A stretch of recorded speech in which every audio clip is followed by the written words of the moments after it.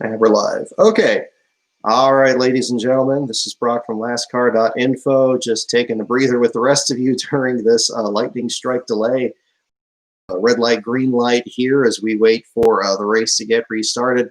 We'll go ahead and do some trivia here in the meantime, talk a little bit about the races both yesterday and today. Pretty competitive couple of events, really, since things started to get rolling again. Marked by some rather good weather for the other ones. It's really, but I guess in Florida is, if you don't like the weather or if you're liking it too much, it's going to change in just a couple of minutes. Hello, everybody. All right. Now, I'll tell you what, if they had the race at Sonoma like they were supposed to before all this other stuff happened, it's perfectly nice over here, I'll tell you what. But it is what it is. We'll get through this and figure everything else out on that.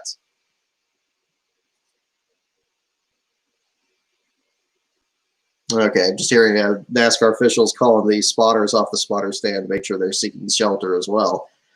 Okay.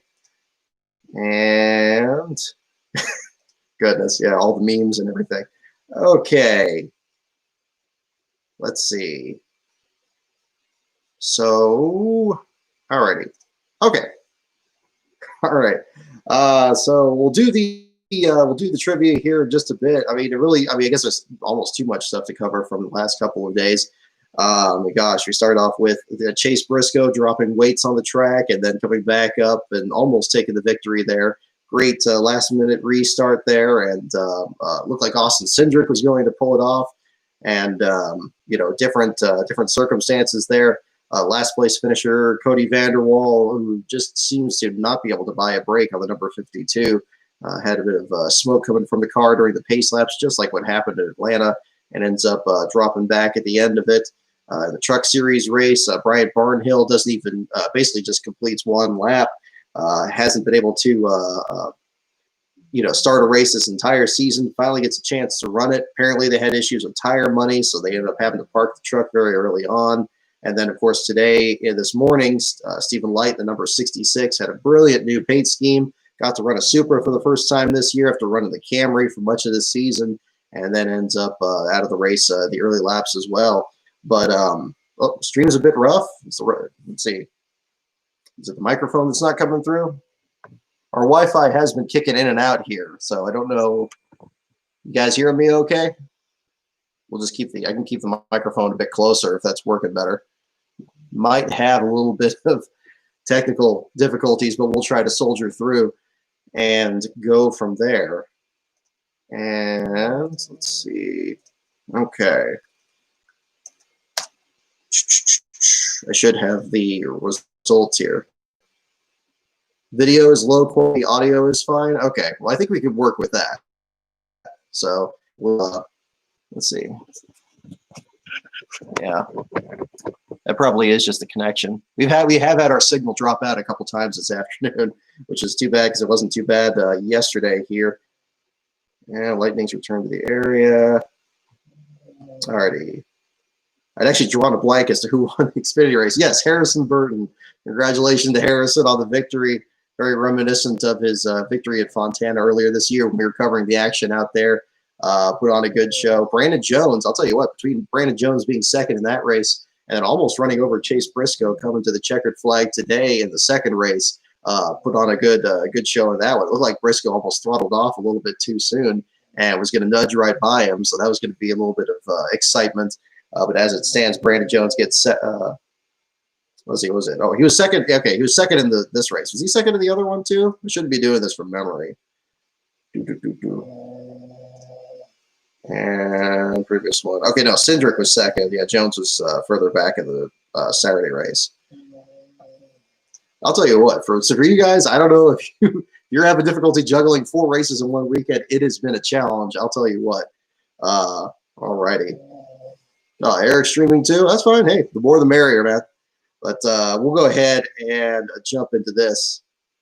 Okay. Yeah, poor Cody Vanderwall. I actually got reached out. Jimmy Means was actually reaching out to me, or somebody from his team, wondering what was going on with Cody in the race today. I mean, I hope things turn around for him there. They were running the backup car, and it seemed like they had even more issues than they did in the Saturday race. Didn't smoke on the pace laps, but had issues later on in the event. So we'll see how that goes. Beast of Metal. Oh, before I forget, thanks again for the super chat there, Beast of Metal. F all types of lightning, whether it strikes from the clouds or plays hockey in Tampa. Well, I'm not much of a hockey fan, so I can't comment too much on the team. But I got to say, it wasn't too long ago we did one of these streams during the whole Justin Haley thing. That lightning clock resets a little bit too frequently. But obviously, if you're going to do a race in South Florida in June, it's very fortunate we haven't had to deal with this too much in the other 3 races. And, it's always down the stretch in the Cup Series that this stuff seems to happen. But crazy deal there. I hope the quality is improving a little bit, but might be a little touch and go here. Goodness, between J.J. Yaley finishing 11th in yesterday's race, Myatt Snyder getting a top 10 in today's Xfinity race. Really pleased with Mike Harmon's team, both of them almost getting in the top 10 at the same time. That would have been huge for that team. I know Curry's running for different points, but still at the same time, a good deal to do with that. Oh yeah, Daytona in August. Yeah, that's going to be a mess unless things get reset. We have the schedule confirmed through early August. Things could always change, but it's going to depend on how it's going to be.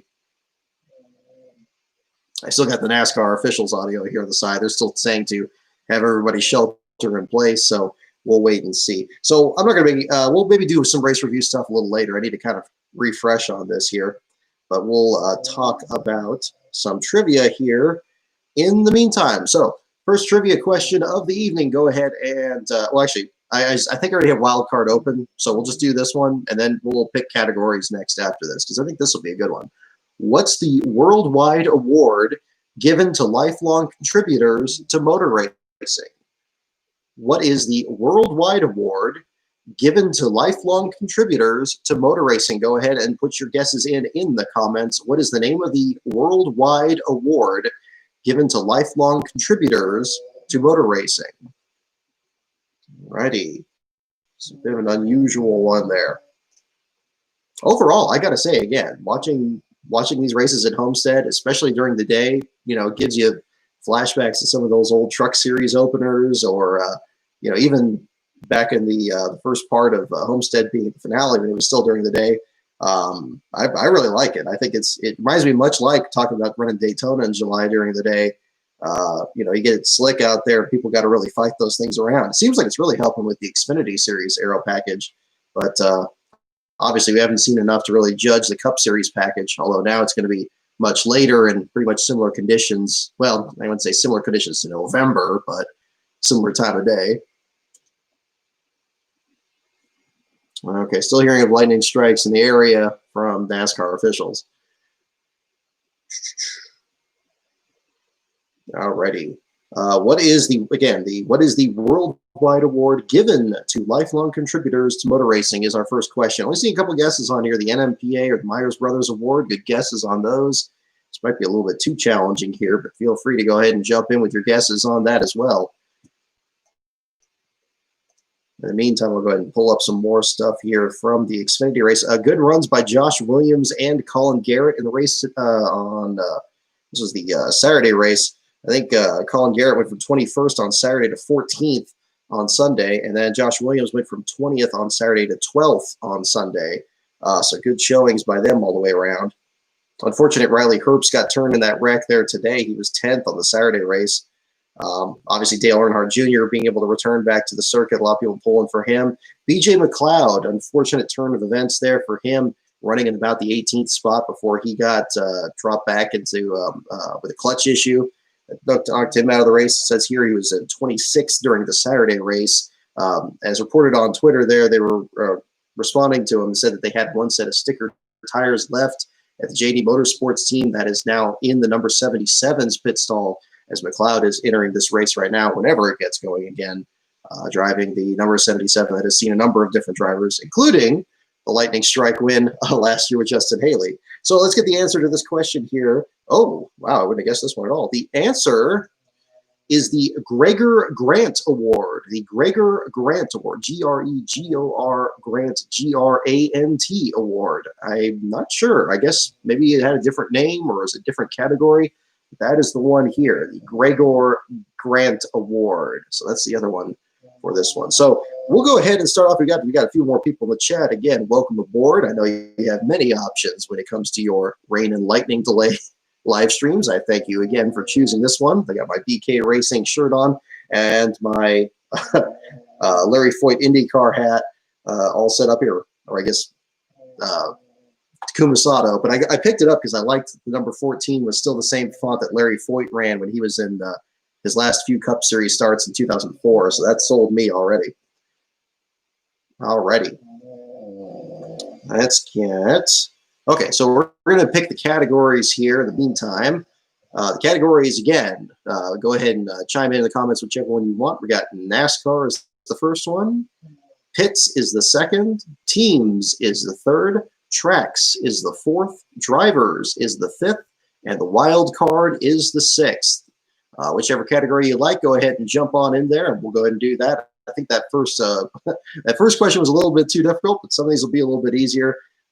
There's definitely some unsuspecting challenges in this one here. So again, the categories are NASCAR, pits, teams, tracks, drivers, and the wild card. If you're also looking for something to pass the time, in the meantime, I have the updates for the first three of these four races this weekend already on NASCAR. Stephen Light's finish today, Cody Vanderwall's on Saturday, and Bryant Barnhill's in the Truck Series. So we got all those cranked out. And we'll get the Sunday race probably late tonight, given the pace of how this is going. But we'll do a sum up for that and wrap everything up with that event as well. Let's see. I guess guesses for mild card, tracks, and 15 seconds. We'll see. That could always be too. Yeah. Alrighty. Let's see. So I just see a couple guesses here, or not guesses. Any suggestions for your category here? I apologize, I'm a little scrambled. I got the TV going, I got the radio thing in my ear, but we're going to multitask as best as possible under the circumstances and get you guys a bit of a sum up to all the craziness that we have seen here. What was your favorite race of the weekend so far? I got to say, I think I really enjoyed, the Xfinity Series in general. I've become much more of a fan of them this year, and I guess to a degree last year. I mean, again, they seem like a good portion of the field is a lot of these guys and teams we used to see in the Cup Series a lot more frequently, and now the Xfinity Series has kind of been a haven for those guys, and still some interesting stories that come around. I mean, again, you can just see with the strategy that everybody's been pulling in stage one with the competition caution, you've actually been able to see a couple of these small teams work their way up there. Motorsports Business Management, they may have had the same issue with Stephen Light falling out of the race early with basically one of their newest cars, but Timmy Hill still able to run full races and get into the top 10 during that same stage. So, you never know what's going to happen. Yeah, the Xfinity races in general. Yeah, Xfinity race today was really good. I mean, you have late restarts really on both of them, so that kind of helped. I guess the Truck Series did too, because they had a bit of craziness there at the finish of that one. But hopefully the Cup Series will put on a good closer here. Although Michael McDowell having the same issue that Dale Earnhardt had in 1991, hitting a bird in the early laps, hopefully that doesn't mean he's going to spin at the very end of this, although perhaps under these circumstances we'll end up getting a green-white checker finish as a result of that. Alrighty, I see just one for the wild card, a couple for tracks. We'll do tracks. I think we haven't done that in a while. That will be our first category on here. Yeah, Briscoe coming back from 6 laps down. I mean, fantastic run for him. And then, of course, winning today with Greg Zippinelli on the booth. I mean, my goodness, bringing the actual crew chief that was on the pit box for Tony Stewart's first 2 wins. Like the first 2, well, not obviously for much more than just his first 2 wins, but his first 2 wins at Homestead in 1999 and 2000, when his first career win at Richmond, of course. But at Homestead in 99 and 2000, Tony Stewart just had this track's number for that first bit, and certainly seemed to help Chase Briscoe out. Definitely didn't hurt, I'll tell you that much. Dale Earnhardt's 1992 season wasn't great at all, no, absolutely not. All right. Okay, so here we go. Here is the first question for the tracks category we have here. What track bills itself as, quote, the family racetrack? Now, there's a nickname that maybe doesn't come to mind right away. But our first question in the tracks category, what track bills itself as the family racetrack? What track bills itself as the family racetrack? That is our first question on here. What track bills itself as the family racetrack? First guess is Talladega. Any other guesses? Bristol, Wilkesboro, the 666 Speedway. That was a family racetrack. What track bills itself as the family racetrack? This, again, late 90s, so we're say 98 really in general for these questions. Most of the ones that have been addressing years have seemed to be 97, 98 at the latest. So think about that time period to add even more complexity to this. Don't really hear any track claiming this nowadays. Not to say you can't bring your family to the track. I mean, quite the opposite. I think you can bring them to anywhere. All right, Walt Disney World Speedway, Atlanta, Charlotte. Yeah, this is a tough one. Wilkesboro, Bristol, could be anybody.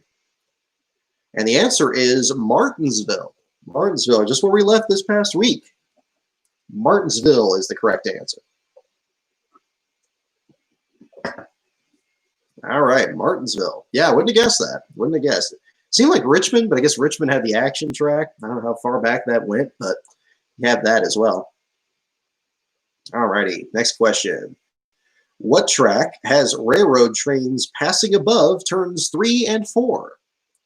What track has railroad trains passing above turns 3 and 4? What track has railroad trains passing above turns 3 and 4? All right, United States, Texas, Martinsville, Pocono, Martinsville. And indeed, the answer is Martinsville, indeed. Trick question. We got something that's a little bit more famous. Although Sears Point has tracks around it, but that's, of course, not 3 and 4. That's the far end of the track in the hills.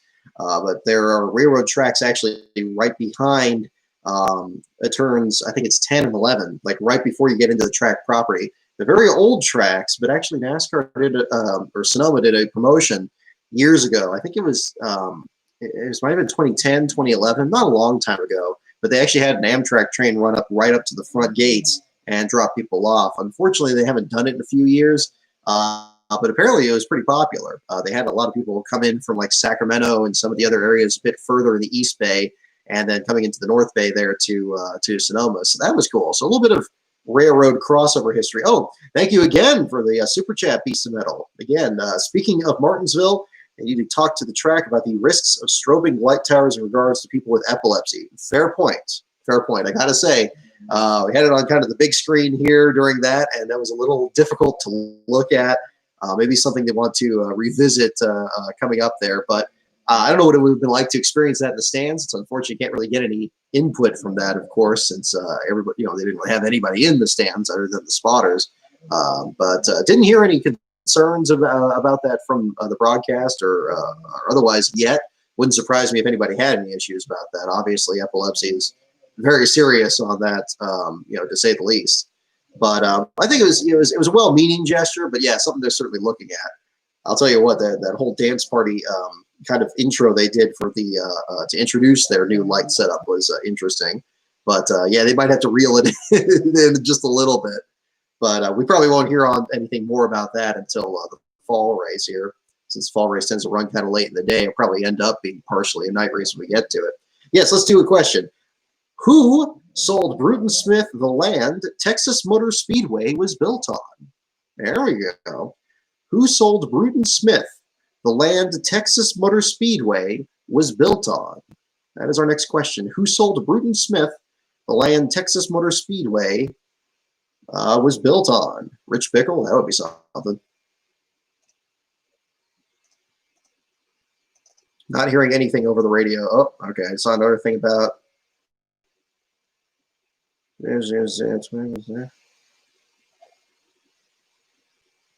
Oh, okay.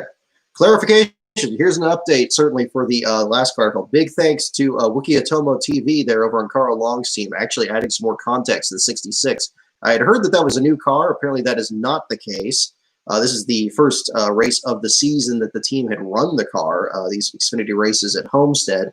According to Wikiatomo, says this is a 2010 Red Bull car that they bought from JGL Racing, the former Toyota team that ran Gibbs equipment for a while there. This was their super speedway car. Joey Gase ran it at the 3 super speedway races last year. And then this year, Carl Long actually converted the super speedway car to a downforce car. And then, of course, the new paint scheme and everything on top of it. So big thanks again to, I'm going to retweet this here because that'll be some helpful information there. I was told that it was a new car. Apparently that is not the case. So again, it is quite the opposite. It is a decade-old car for Red Bull Racing, but new perhaps to the downforce tracks, but really something that they could run a super speedway car and turn things around. This is what's great about these small teams. They can be very creative in terms of what they can do with these cars. Oh, and here we go. The answer to this question. The answer to this question here. We're going to get the answer there. George W. Bush. Oh, okay. You guys guessed it. It made me laugh. I didn't think that was the correct answer, but Stephen C. and Maserati 9, you have the correct answer. It is Ross Perot. Ross Perot. He passed away recently, didn't he? Ross Perot, the famous presidential candidate there, especially from the Reform Party, the independent candidate. Interesting. Definitely a name I didn't expect to see on this thing, but there you go. All right, next question. What 500-lap race at Bristol ran without a caution in 1971? Next question. What 500-lap race at Bristol ran without a caution in 1971?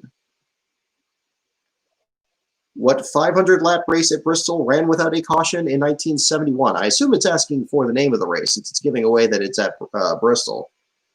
So try to guess the name of the race.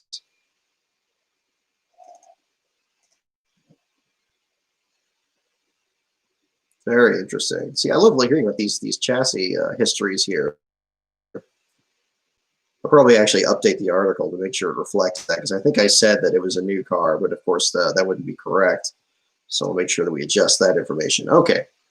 What 500-lap race at Bristol ran without a caution in 1971? I hope the video has improved a bit. It looks a little fuzzy on my screen, but hopefully it's not too bad on your guys. I'm afraid that's not going to improve later tonight, so we'll bear with this and do what we can here in the evening. Alrighty. Good evening, Carl Stenbeck. Thanks for joining us. What 500-lap race at Bristol ran without a caution? And the answer is indeed the Volunteer 500. Ted Hugo, LaJoy Fan 32, Maserati 9. And you guys all got it there. Excellent. Why won't they cancel? Nah, it's not going to be that. Alrighty. Okay. Oh gosh, we got all these. I should have done these on Wednesday. I think this thing was almost anticipating me doing a longer show on Wednesday here, because now I'm getting another Martinsville question here. What year in the 50s was Martinsville's dirt track paved? That's our next question. What year in the 50s was Martinsville's dirt track paved? I just heard something from NASCAR officials, not exactly sure what. Let's break it up a little bit. Okay, well, we'll see what we get here. What year in the 50s? What year in the 50s? Next question here. What year in the 50s was Martinsville's dirt track paved? Don't look it up. Go ahead and just try to guess it in the chat, of course. What year in the 50s was Martinsville's dirt track paved? And we got some guesses here. 53, 56, 50, 57, 55, 56. The answer is 1955. 1955 is the correct answer. Alrighty. 1955. So Tad Hugo, you got it. Or the SpongeBob SquarePants 400. Yeah, there we go. That was a fun one. So they had the sponge colored wall. I love the idea of a safer barrier that already has like the design of a sponge on it. It's kind of appropriate, trying to soften the blow even more, I guess, or at least in theory. Beast of Metal is like, you got it there, and Tad Hugo. Alrighty. On Andrew Hayes, yeah, the Freak video. Glad you liked that one. That was a fun one to do. I have to admit that one cracked me up reading the script on that one. So NASCAR Man did a good job with that. It's actually another NASCAR Man script I'm in the process of recording, hopefully to get that sent over to him. So we have more projects on hand here, and I still have the video that I have working on for my own channel. I got to get a script finished on that and hopefully get that going. Unfortunately, I haven't got too much work on it done this weekend, but we'll see how things go this week and kind of get a bit more traction on that. Alrighty, next question. What 17-year-old won the 1998 pole at Nashville and only his second Busch start? Here we go, Busch Series question. What 17-year-old won the 1998 pole at Nashville in only his second Busch start? That is your next question. What 17-year-old won the 1998 pole at Nashville in only his second Busch start? That is our next question. Okay. Yeah, 1955. I wouldn't have guessed that long ago. I wouldn't have guessed even the 50s they paved it, because that's even before, going back to the Martinsville question, that's even before they reduced the season so significantly in the early 1970s. It just doesn't work like that. Okay, we see several guesses for Casey Atwood, one for Adam Petty, one for Hamlin, and the answer is Casey Atwood indeed. Casey Atwood. It's good to see a lot of you guys remember Casey Atwood. It's hard to judge the age demographic in general that I have here, but either way, it's good to know that people still remember him. It's unfortunate he got kind of rushed to Cup so quickly in his career. I know that the issue came up, obviously, with J.J. Aley even yesterday. Somebody was retweeting about his 11th place finish and saying that perhaps he came up too soon back in 2006. And it's unfortunate he's had to deal with as much as he has, because it seems like he's developed into a pretty steady journeyman driver for these Cup and Xfinity teams and getting some decent runs for him, even if the equipment's not necessarily the best. Alrighty. So we'll get a next question here. What track is actually located within the town limits of Hamlet, North Carolina? What track is actually located within the town limits of Hamlet, North Carolina?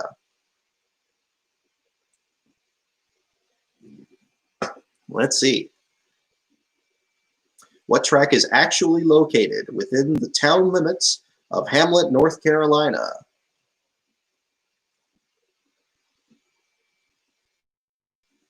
Now you got the Castrol GTX car. That one's surprising to not see that be as a throwback. I mean, there's some schemes that are so recent that I don't even think of them being throwbacks anymore, and they're getting suggested. Maybe that one will pop up at some point. I guess a sponsor could have a real creative time trying to kind of merge those together. I don't know. Seems like it's kind of something that Corey LaJoie would take on, wouldn't you think? I mean, you never know. What track is actually located within the town limits of Hamlet, North Carolina?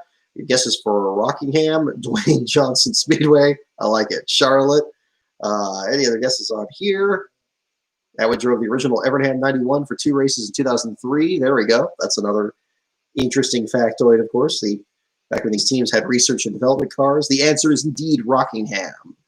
It is indeed Rockingham. All right. Here we go. What Tennessean won the 1960 inaugural World 600 at Charlotte? Got a Charlotte question. What Tennessean won the 1960 inaugural World 600 at Charlotte? What Tennessean won the 1960 inaugural World 600 at Charlotte? That is your next question.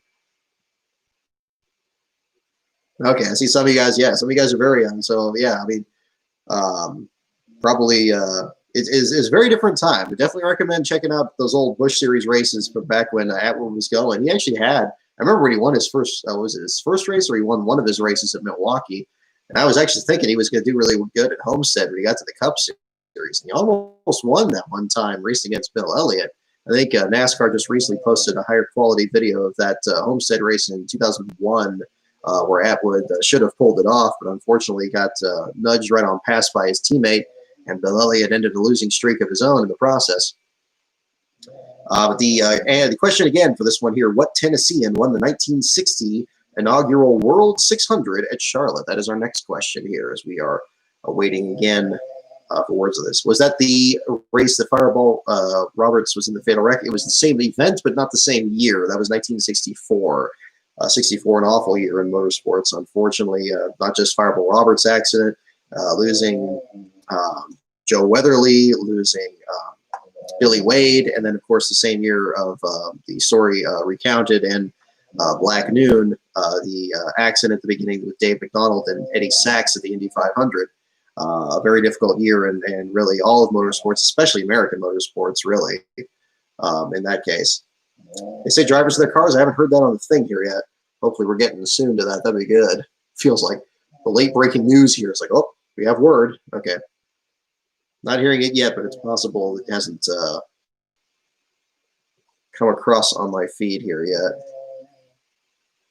Okay, I'm seeing all here too. 52 seconds ago, back to their cars. Okay, good. If we get back to this, we'll cut it off here. We'll kind of play it by ear, but we'll at least get this here. The answer is Joe Lee Johnson. Joe Lee Johnson, the Tennessee driver that won the first ever World 600. Joe Lee Johnson. Just heard it on Sports 1. Okay, excellent. Yeah, Joe Lee Johnson. These are all good guesses. I see. But okay, it looks like Maserati 9. You got it there. Oh, you got it real early. No tires, just gas. You said Johnson, so yes, you had that too. Okay, it looks like they're uncovering the cars. Fantastic. Okay, excellent. So we're going to hit the pause button on this for right now. Thank you again for tuning in for our rain delay coverage. We'll see how things go here. If we get another delay, we may do another one of these live streams in the meantime. Otherwise, we'll play it by ear. We could do one after the show if it works out. But in the meantime, hope you enjoy the rest of the race. We'll be following the battle for last place, where Joey Gase is your last place runner after 5 laps. So have a good time out there, guys, and we'll tune in a little bit later and catch up on the rest of the action.